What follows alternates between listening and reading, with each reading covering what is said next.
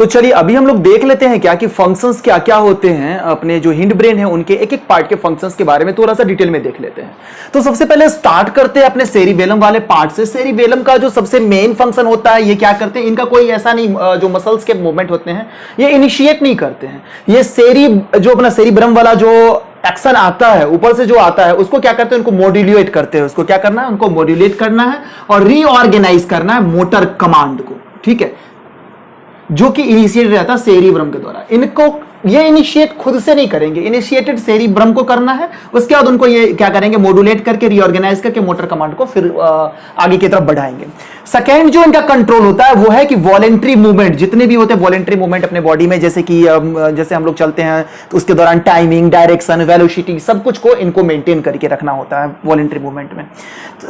Third जो point है, ये मेंटेन करते हैं, पोस्चर को मेंटेन करते हैं, बॉडी पोस्चर को मेंटेन करना इनका काम है। इक्विलिब्रियम करके रखते हैं और मसल स्टोन को मेंटेन करते हैं। होता क्या है कि अभी हम लोग रोड पे चल रहे हैं, किसी दौरान क्या होता है कि रोड पे चल रहे होते हैं, अचानक से नॉर्मली हम लोग चल रहे होते हैं और कोई कोई क्या होता है कि चलते चलते जो अल्कोहल पी करके रखता है वो नीचे नाली की तरफ गिर जाता है। ऐसा क्यों होता है? क्योंकि अल्कोहल जो होता है डायरेक्टली अपना जो सेरिबेलम वाला पार्ट है वहां पे अफेक्ट करता है। उसको क्या करता है कि उसके फंक्शंस को डिले कर देता है, जिससे उसको उसका बॉडी पोस्चर, उसका इक्विलिब्रियम मेंटेन नहीं रह पाता, उसको पता नहीं चलता है कि वो कहां जा रहा है, नहीं जा रहा है, और वो जो है सो नाली में गिर सकता है या कहीं भी किसी तरह से जो है चलते चलते वो ऐसे ऐसे हिलते हुए चलता है। लेकिन जब हम नॉर्मली चलते हैं तो हमारा सारा ब्रेन जो है एक्टिव कंडीशन में होता है और हम सही से, हमारा जो इक्विलिब्रियम है, मसल स्टोन है या जो पोस्चर है, सब कुछ इनके द्वारा मेंटेन होता है। इवन वेलोसिटी हो गया, डायरेक्शन हो गया, टाइमिंग हो गया, सबको ये मेंटेन करके रखते हैं। लेकिन वो जो मूवमेंट वाला पार्ट है वो इनिशिएट ये नहीं करेंगे, ये इनिशिएट होता है सेरिब्रम के द्वारा। ये बस उसको क्या करते हैं,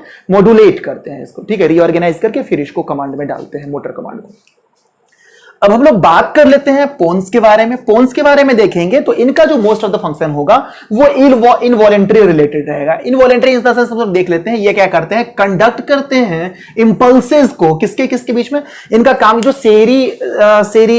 बेलम वाले जो पार्ट है, सेरिबेलम हेमिस्फीयर वाले जो पार्ट होते हैं उनके बीच में इनको क्या करना है, कनेक्शन बना के रखना और जो इंपल्सेस होते हैं शेयर करना। इधर से जो इंपल्सेस निकलेगा सेकेंड वाले पार्ट में जाएगा। सेम वे जो हेमिस्फीयर है दो पार्ट में होते हैं सेरिबेलम के भी, एक और दो, तो यहां से निकला तो इस वाले पार्ट में जाएगा, यहां से निकला तो ये तो ट्रांसफर करने का काम करते हैं दोनों के बीच में, ठीक है।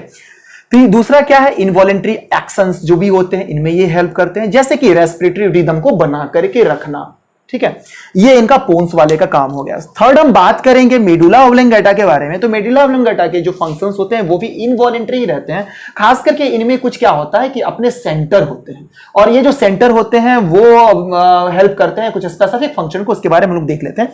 जैसे कि ये क्या, इनका जो सबसे मेन फंक्शन है क्या है, रिसीव करना। इंपल्सेस को रिसीव करते हैं। इंपल्सेस को कहां से रिसीव करेंगे, इंपल्सेस को रिसीव करेंगे स्पाइनल कॉर्ड से रिसीव करेंगे और देंगे कहां, send to the brain. Brain के भी अदर जितने पार्ट होते हैं, सेरिब्रम वाले पार्ट हो गए, अपने डायंसेफेलॉन वाले पार्ट हो गए या जो मिड ब्रेन वाले पार्ट हो गए, वहां तक सेंड करने का इनका काम होता है। और इनके जो सेंटर हैं, कुछ सेंटर होते हैं इनमें जो कि वाइटल एक्टिविटी को कंट्रोल करते हैं, जैसे कि जो कार्डियक सेंटर है, कार्डियक सेंटर क्या करता है, हार्ट बीट को कंट्रोल करता है, इनमें होते हैं। अपने मेडुला ऑब्लंगेटा में सेंटर है कार्डियक सेंटर, वो हार्ट बीट को कंट्रोल कर रहे हैं। जो अपने रेस्पिरेटरी सेंटर है, रेस्पिरेटरी सेंटर कंट्रोल करेंगे, ब्रीथिंग मूवमेंट को कंट्रोल करेंगे। जो अपने वेजोमीटर वाला सेंटर है वो क्या करता है, constriction and dilation of blood vessels, कब कॉन्स्ट्रिक्ट करना है, कब डायलेट करना है उसको, उसमें ये हेल्प करते हैं उसको। और ये अपना रिफ्लेक्स सेंटर जो है वो हेल्प करते हैं स्नीजिंग में, कफिंग में, वोमिटिंग, यूरिनेशन एक्सेट्रा, बहुत सारी चीजों में ये कंट्रोल करने का काम करते हैं। तो खास करके ये दोनों है इनवॉलेंट्री एक्शन में हेल्प करते हैं और ये वाले पार्ट जो है वॉलेंट्री एक्शन में हेल्प करते हैं। तो इस तरह से जो हम लोगों ने हिंड ब्रेन के जितने भी फंक्शंस है वो देख लिया है। अभी हम लोग जो है इसके नेक्स्ट पार्ट में हम लोग बात कर लेते हैं ब्रेन स्टेम के बारे में। चलिए बात कर लेते हैं हम लोग ब्रेन स्टेम के बारे में कि ब्रेन स्टेम क्या होता है।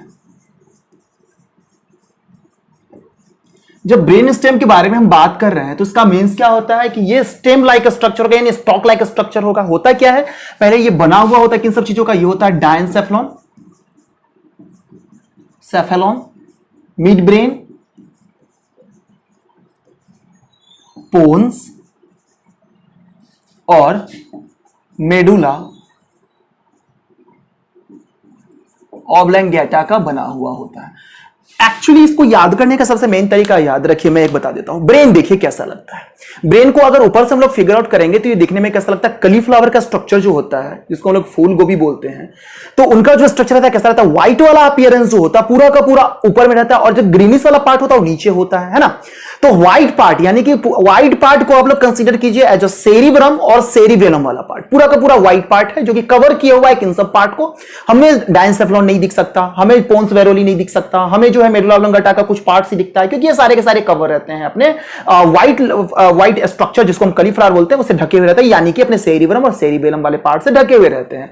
तो कुछ ये स्टॉक लाइक जो है, stock like stem like structures होते हैं जिसके ऊपर ये पूरा का पूरा जो सेरिब्रम और सेरिबेलम वाला पार्ट रहता है, जिसकी वजह से ये सारे दिखते नहीं, लेकिन स्टेम बनाते हैं। जैसा कि ऐसा स्ट्रक्चर है, ऐसा ये बनाता है और इसके ऊपर पूरा का पूरा जो हमारा गोभी रहेगा यानी जिसको हम कलीफ्लावर बोलते हैं, इसके ऊपर ऐसा करके स्ट्रक्चर होता है नीचे, और नीचे जो है अपना डायंसेफेलॉन इसके अंदर ढका हुआ है, पोन्स वेरोली है, मेडुला ऑब्लोंगाटा है, मिड ब्रेन है, सब इसके नीचे जो है कवर अप है और इसके ऊपर से ये चीजें होती हैं। ठीक है, it's looks like stalk cauliflower and its complete stalk। ठीक है, स्टॉक की तरह ये स्टॉक जो होता है उसके तरह ये दिखता रहता है। अब क्या है कि अगर इसके बारे में बात करें हम, तो ये ब्रेन स्टेम का जो मेन फंक्शन है उसके बारे में अगर देख ले तो ब्रेन स्टेम का जो मेन फंक्शन होता है, ये एक सिस्टम को कोऑर्डिनेट करते हैं जिसको हम लोग RAS बोलते हैं, जिसको बोलते हैं रेटिकुलर एक्टिवेटिंग सिस्टम बोला जाता है। रेटिकुलर एक्टिवेटिंग सिस्टम कहने का क्या मीन्स है कि देखिए ये कुछ ऐसे पार्ट होते हैं, मतलब ये कुछ ऐसे पार्ट को एक्टिवेट करता है, जैसे कि मान लीजिए कि हम लोग बैठे हुए हैं, बहुत सारी चीजें स्क्रीन पे चल रही, बहुत सारी चीजें हमारे आसपास चल रही होती हैं, उनको क्या करता है ये एक्सेप्ट तो करेगा लेकिन किसी एक को फिल्टर करेगा, जिसको हमारे ब्रेन में जाना है उसी को अंदर जाने देता है। कभी कभी क्या होता है कि हम जब पढ़ रहे होते तो हमारे अचानक से क्या होता है कि पढ़ाई वाली चीजें नहीं जाकर के दूसरी चीजें हमारे ब्रेन के अंदर चली जाती हैं। ऐसा क्यों होता है? क्योंकि यही पार्ट है जो RAS वाला पार्ट है, ब्रेन स्टेम जिसको बोलते हैं, ये जो एक्टिवेटिंग सिस्टम है वो उस पार्ट को, या तीन पार्ट साथ में चला, चार चीजें साथ में चल रही है स्क्रीन पे, तो क्या करेगा, किसी एक चीज को चुनेगा और हमारे जो इंफॉर्मेशन सेंटर वहां तक भेजेगा, जो इसको चलो ठीक है अब इसको रेगुलेट करो। तो ये इनका काम यही है कि जिसको इसने चुन लिया, जिसको इसने पिक किया, उसको सेंड कर दिया, तो वो चीजें हमारे दिमाग में रिकॉर्ड हो जाएंगी, वही चीजें स्टोर होंगी। अब हम जो सामने दिख रहे हैं वो भले ही उसको ले रहा है, चुन रहा है या किसको चुन रहा है, वो इस पे डिपेंड करता है कि उसको एट अ टाइम किस पे ये कर रहा है। तो इनका काम क्या है? स्क्रीन करके और उसको पिक करना। इनका काम क्या है? फंक्शंस के बारे में बात करेंगे तो स्क्रीन करना, screen and select any one at a time. ठीक है, किसी एक को एक साथ जो है चुनता है। अब ये सब चीजें ब्रेन स्टेम के बारे में हम लोगों ने सारी चीजें जो है स्टडी कर ली है। अब जो है कुछ चीजें हम लोग आगे हम लोग देखेंगे, जैसे स्पाइनल कोड वगैरह के बारे में हम लोग एक एक करके जो है सो देख लेते हैं। ठीक है, कुछ कॉमन सी चीजें मैं आप लोगों को बता दूं। एक कॉमन सा फैक्ट मैं आप लोगों को बता देता हूं कि जैसे भी मैंने बात करा था सेरिबेलम के बारे में, सेरिबेलम में मैंने क्या बोला कि जो सेरिबेलम होते हैं, सेरिबेलम वाले पार्ट जो होते हैं उनमें क्या होता है, इनमें क्या होता है कि जो ग्रे मैटर होते हैं, ग्रे मैटर ये क्या होते हैं, आउटर साइड में होते हैं, और व्हाइट मैटर क्या होते हैं, सेरिबेलम वाले पार्ट में ये होते हैं, इनर होते हैं, है ना। बट जब हम अलग अलग दो कंपोजिशन में और देखें, पोन्स वाले में देखें या मेडुला वाले पार्ट में देखें, मेडुला ऑब्लोंगाटा पार्ट में देखें, तो इसमें जस्ट अपोजिट हो जाता है। जो ग्रे वाला पार्ट है, ग्रे मैटर वाला पार्ट, वो इनर हो जाता है। ठीक है, और जो व्हाइट वाला पार्ट है वो जो है हमारा आउटर वाला पार्ट हो जाता है। तो इस तरीके से ये सब सारी चीजें हम लोगों ने एक एक करके देख लिया है।